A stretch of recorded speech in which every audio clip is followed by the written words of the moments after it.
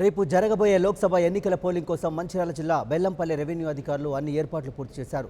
Peddapalli parliament పరిధిలోకి వచ్చే బెల్లంపల్లి నియోజకవర్గంలో 222 పోలింగ్ కేంద్రాల్లో అవసరమైన ఈవీఎంలు, వీవీప్యాడ్లు, ఇతర ఎన్నికల సామాగ్రిని అధికారులు పంపిణీ చేయడానికి స్థానిక ఏఎంసీ మైదానంలో భారీ ఏర్పాట్లు చేశారు. ఎన్నికలకు ఏపీఓలు, ఓపీఓలు, వెబ్కాస్టింగ్ సిబ్బంది, వాలంటీర్లు, డివిజన్ స్థాయి పోలీసులు కలిపి దాదాపు 1200 మంది విధుల్లో ఉండనున్నారు.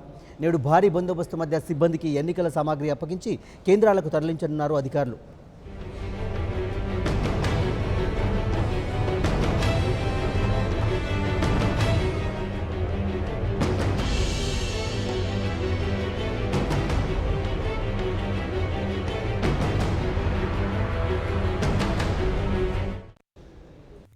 For more updates, please subscribe 99 TV Telugu.